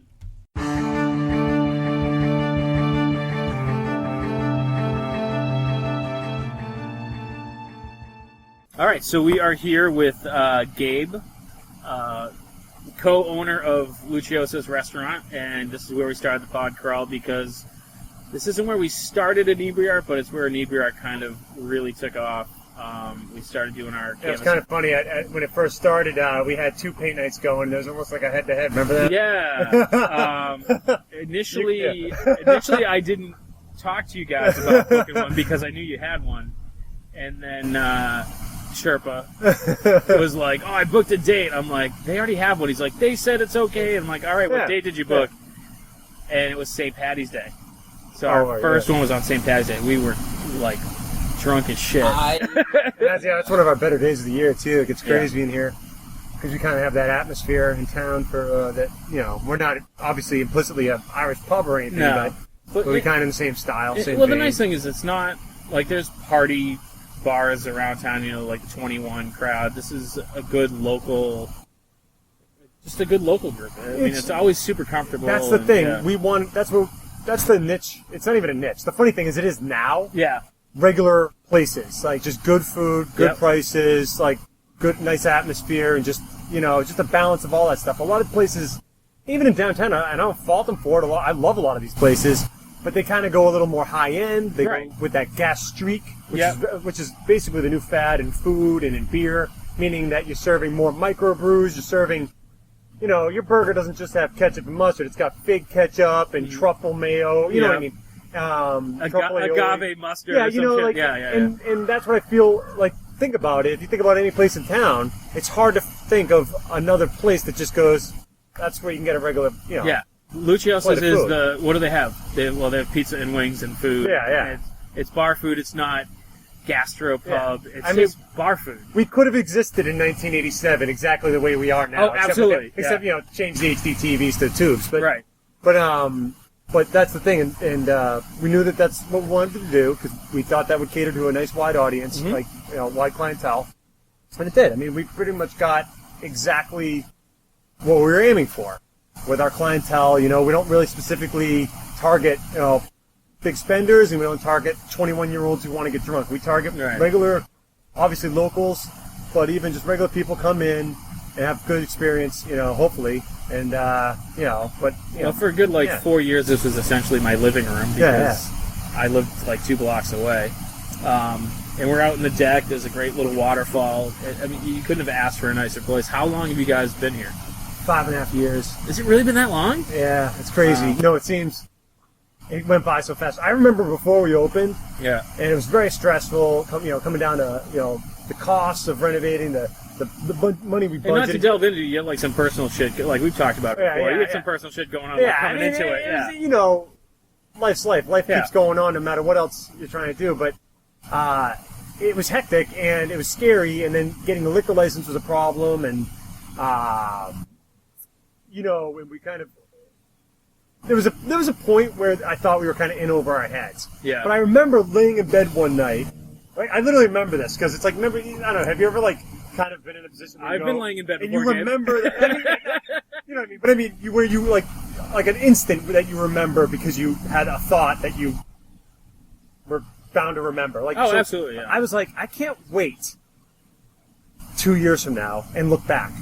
Right? That's my thought. I was like, I just can't wait to see where it is and get past this and get out of the storm, and be open and be established and already know what the hell's going on. Because the first year is just absolute, you're figuring out everything. Oh, yeah. So I literally said that in my head. It's all those problems that pop up that you're like, I never expected that to be a problem. Yeah, oh, yeah. I mean, actually, the funny thing is, that 2 years is now 3 years away ago. So it's we're way past that. And it's a very nice feeling. But actually, it's funny to say that, the first day we were open, we forgot to get cash.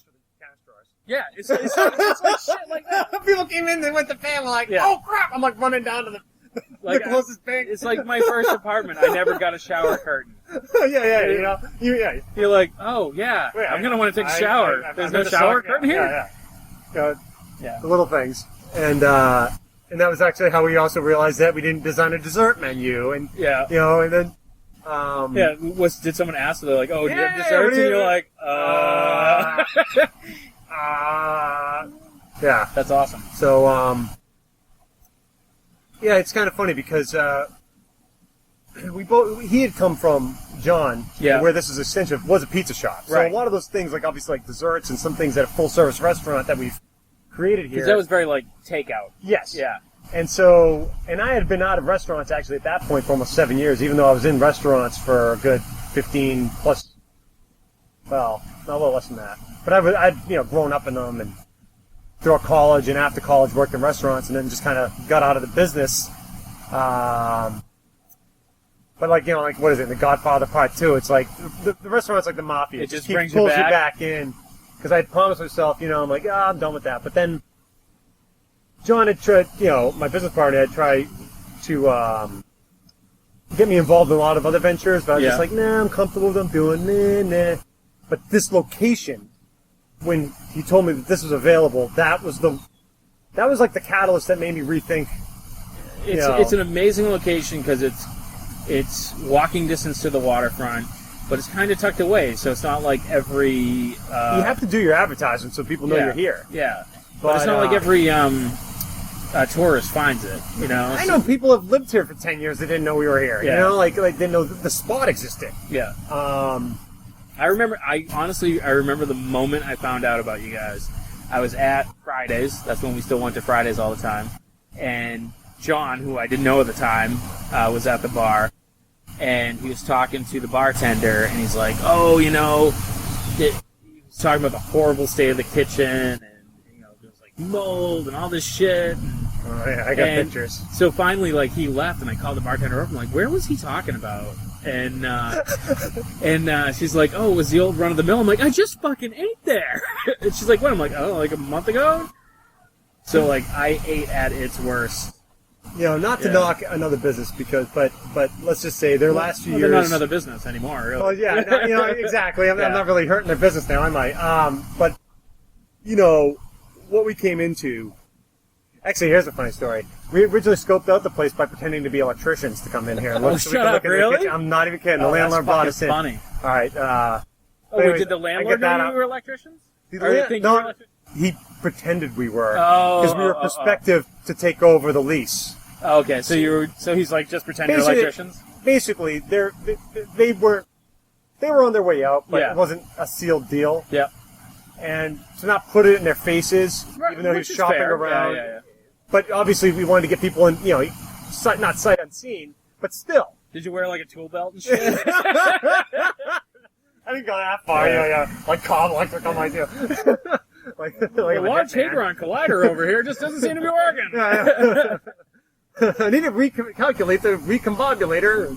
But anyways, so we come in, but it was people were working, and I couldn't obviously like move things out of the way and start really tearing things apart. And it kind of looked okay, it's run down, but we can work with it. So it really wasn't until we signed the lease, came in to clean, that we really knew. And like I said, I mean, it was like one thing after another to get this place off the ground. But that was what the first thing was. I literally called John because he was working at the Pembroke store. Yeah. And I was here kind of heading up and had some cleaning ladies with me and some friends and stuff to help just like clean up and check the place out. And I was like, dude, I don't know if I can swear on this, but... Oh, yeah, you can fucking swear. Okay. I was like, dude, we're fucked. I think that was my exact... that was my exact quote. And, so at what point was it, like, in your first year where you felt like you'd gone from fucked to, like, oh, this might work? It took a few months. Yeah. It took, like... we were lucky that we had the backing of the Pembroke place. Mm-hmm. I had... How can I say, put a lot of my own money in. I had kind of created a buffer. So and we're both very frugal. Cheap me bastards? and John. Cheap bastards? No, we're not. But I mean, we're both different. But we're both actually pretty good with money. Yeah. So we never let it get to the point where people weren't getting paid or anything like that, because that'll not making money for at least 6 months. I mean, you got cash flow that you got to work with. Yeah.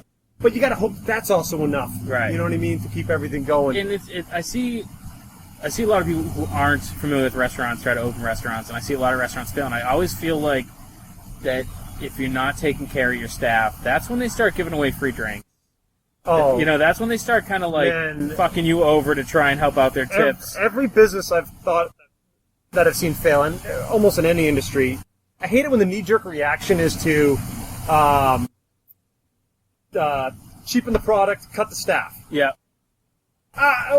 You know what I mean? Like you know what I'm saying? Like, I don't care if it's restaurants or not, but restaurants, it's the worst thing. It just delays the inevitable. Yeah. Okay, we're not making money, so let's buy cheaper food and pay less for help.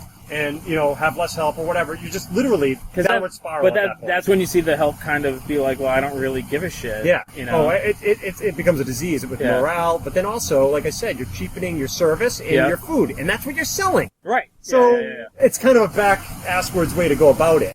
You kind of have to. I'll be honest with you. If you're failing, you have to see why, and then you either go, I'm not cut out for this, or you double down. And you don't. You pay more to your good help. Yeah. You get better cooks in the kitchen. You fix the problems with your food that people were complaining about. You get better cheese, better whatever it needs. You know what I mean? People complain about this, you get better of that. That's actually how it should be. I've been coming here, God, a long time. Yeah, since day one, basically. Pretty close. And I will never tell any of them, but your staff is great. Oh, yeah. They're just they're welcoming in that unwelcoming way. Where you walk in and they're like, oh, you son of a bitch. James, or like, the girls. They bust on you like your friends would, you know? So it's a very comfortable place. I love coming here. And there are other good places in town that have great service and stuff too, but it's also just the way me and John are with our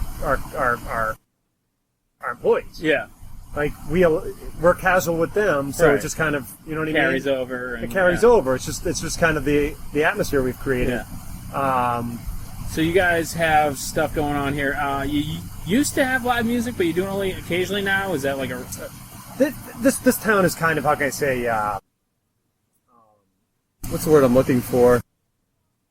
It's just like the same bands play everywhere. Right, you know what I mean? Yeah. It's just kind of like overdone, and so we're all cannibalizing it. Yeah. I understand like these bands, but if we're all playing to the same audience, you're playing the same audience 7 days a week. All of a sudden, it doesn't really have any effect. It's not keeping anyone anywhere. Yeah, and we're not the biggest place, and the problem that we were having was... Well, anytime anyone plays, you lose we like lose two tables. Right, yeah. And it was actually conflicting with how our business was running, in that our busiest times sometimes were when the band was trying to set up. Right. So at the time I'm having a band to bring business in, what I'm really seeing is I'm having a band and they're taking up tables, and now I can't sit people and people are walking out. That's that perfect point of you have to figure out what you're doing right, what you're doing wrong, and kind of let your customers dictate. You know, your customers didn't necessarily want music. They wanted a place to sit and eat, and that's what they wanted, so that's what you gave them. And we do better, and we don't have to pay for the entertainment or lose the tables, and or even gamble on the fact that people will like the entertainment. Right. I mean, you were here when I had like the girl with the baby on her back, and tell me about that. drummer. Tell me about that band, Gabe. Listen, this is why I'm a restaurant owner, not a band manager. One of my all-time favorites. Yeah, I heard about that for a while. It was the most uncomfortable I've ever seen any bar or restaurant, and I loved it. It was awesome. And it was I had to tell them to stop at 11. I mean, and it was funny because I told them it was their bedtime, and that people were kind of uncomfortable. Yeah, so for our listeners, it was someone who came to open mic, right? It was I saw him. Right. He looked like a rock star. Right. And he was like, "Oh, I have a band." And it turned out like the band had like an 8-year-old drummer. It was the Partridge Family, all right? It was fucked up. And so like for an 8-year-old, he was good. Yeah. For a bar band, it was terrible. But everyone. Yeah, if he played at the Marshfield Fair, fine. Yeah. But this is at a bar where people are drinking. But like everyone here was like, "Oh my god!" This little kid was like super overcompensating, like what? Yeah. So. Oh, that was so much fun. You live and you learn. Yeah. It's funny because a few weeks later I saw his name on a billboard outside some other restaurant in town. I was like, I wonder if he's bringing the same. Oh my god, bandmates. It was so awkward. But because they're in for a surprise. But like I said, you live and you learn. But anyways, the entertainment we do sparingly. Yeah. Because I do want to support some local artists. You do trivia. But that's the thing. Yeah. Where the bands and the entertainment weren't doing it for us. Yeah. That's where like karaoke and particularly trivia work better here. Yeah, trivia. Than I think a lot of places in town. Packed in here with trivia. Because I've even seen like New World, a place I love, try musical bingo and try trivia. Oh yeah, you guys do the musical bingo too, right? We do that seasonally. And what was I going to say? It didn't work as well with their clientele as it does with ours. Yeah. You know what I mean? So that's the thing. You got to find out, like, are we the place to have bands or are we the place to have trivia? Right. You got to figure out what your regular customers want and give it to them. And so Tuesdays, that's when we do trivia. That's consistently one of my better nights. Oh, yeah. It's always packed in here. I mean, even during the winter, sometimes I have a wait on a Tuesday night, which, I mean, elsewhere in town, I mean... It's empty. Yeah. It's tumbleweeds, but... So thanks for giving us a couple minutes on our anniversary. Thanks for having me. And 1 year anniversary podcast. No, I like this. Yeah. Yeah. So like we were talking earlier, we're going to have you on something coming up in the future, which we haven't disclosed, but works for me. We'll get you on again, and it'll be a lot of fun. And next time we'll include John because he likes to talk. Oh yeah. I'll give him a little talk time. Yeah. No, he's a fun guy. We're both fun guys, you know it. But what I was going to say is, just make sure to send me a link to this or whatever. Oh, yeah. I'm not sure when it's going to go up, but sometime in July, and we'll just keep me posted. Absolutely. All right. So, thanks, man. Appreciate it. Thanks, Andy.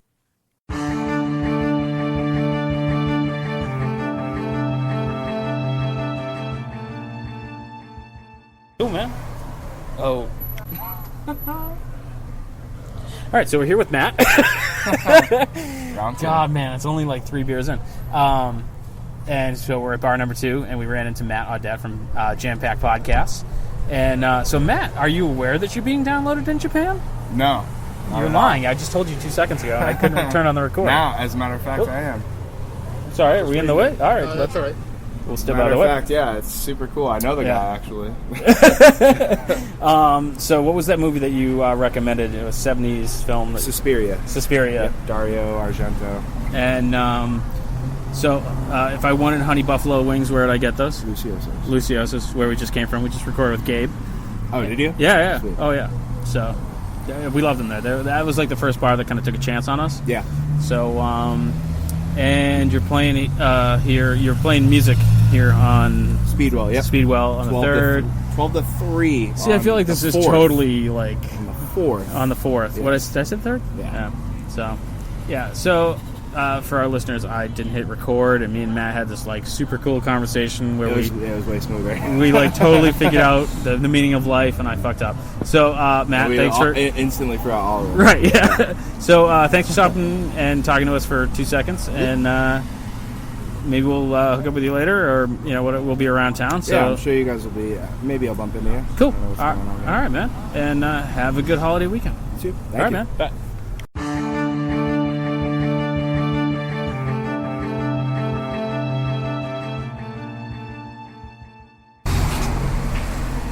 Cool. So we are here with Matt from New World Tavern, a place we have worked with almost 4 years now. Crazy.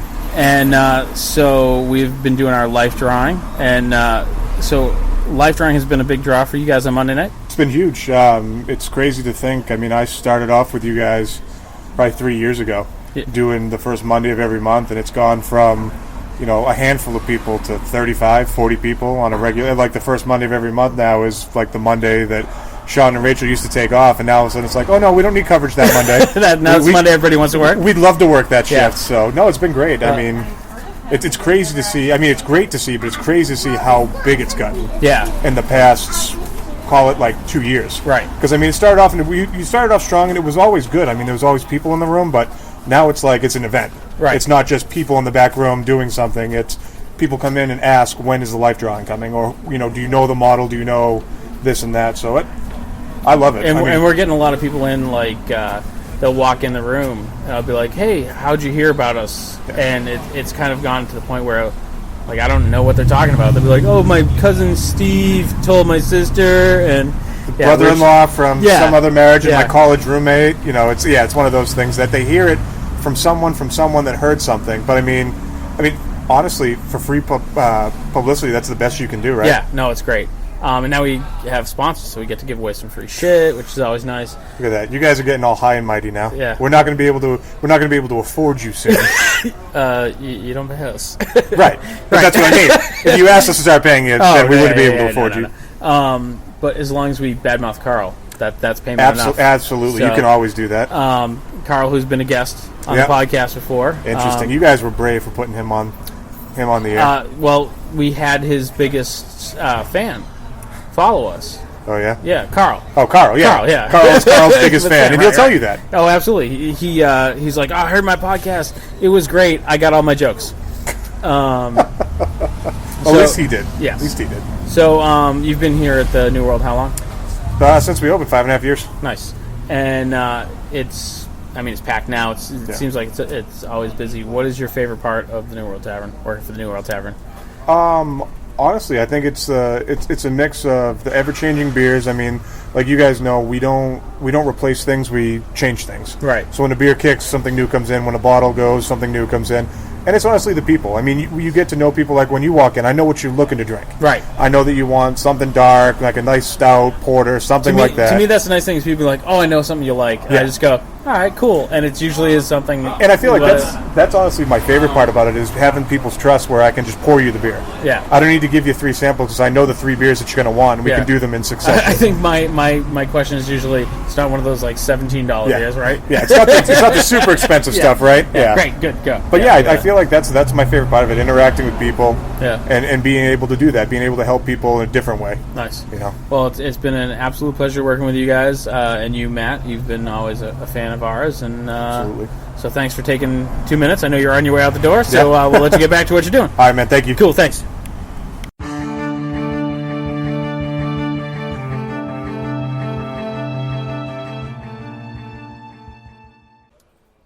All right, so I'm with Jack and Caroline. And what is your band's name? Fennario. And from your poster in the bathroom and your shirt, you definitely look like a Grateful Dead cover band tribute type thing? Yes. So how long have you guys been doing this? For me, since 2010. Yeah. Yeah, I joined, or I was in and out a little bit before that. Yeah. So it's been probably close to 10 years, maybe 9 years. Nice. And we're at the New World Tavern for our listeners. This is where we do our life drawing in the back room here.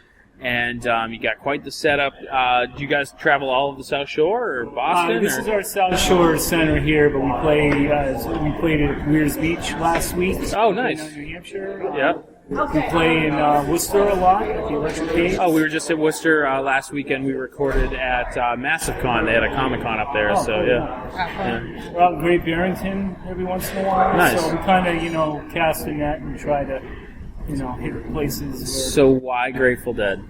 Everyone in the band loves the band. Jam band type stuff like Fish style. and The style of We're it pretty much all gives Fish you a fans. chance to improvise while still playing songs that fans of the Grateful Dead love to sing. Nice. And Well, that's just it. The fans just keep coming. I mean, they're all ages, and they're everywhere. Yeah, I feel like it's something. I mean, Grateful Dead was really old when I was in high school, and people still love them. The various offshoots, and right now, Dead and Company's really big. And they were just at Fenway like a couple weeks ago, right? Yeah.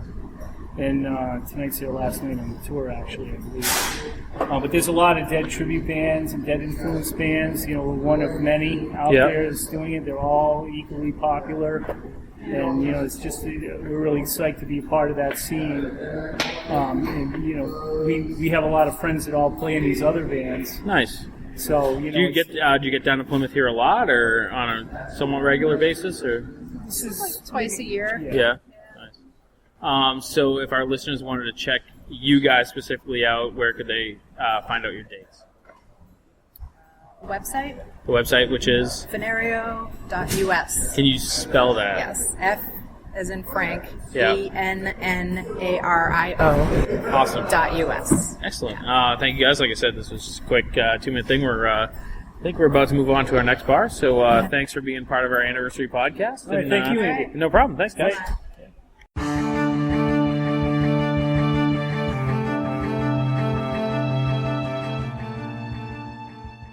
Quarter. See, so do you see how it's counting off right now? See, right there? Yep. Because that means we're recording. So, Karen, so I remember a while ago I came to you and I was complaining that they wouldn't allow us to start a Dr. Sketchy in Plymouth. Do you remember that? I do remember that. And you were the one that was like, well, you should start your own. You have to don't just nod. Right. You did. Yes. And so it's been 4 years, if you can believe that. So for our listeners, Karen Fabian used to own a gallery right down here across the street from where we are, and we are at the Tasty in Plymouth. And Karen represented artists and had a gallery, and she's been kind of quiet. Yes. Yes. And so, Karen, what made you open the gallery in the first place? My love of being able to show different types of art that Plymouth didn't show at the time. Like, we saw a lot of gold frames with yellow lemons, and I wanted to be able to show things that were you don't put on your living room wall. Right, it was kind of the non-traditional, right. no boats, no lighthouses, that kind of stuff.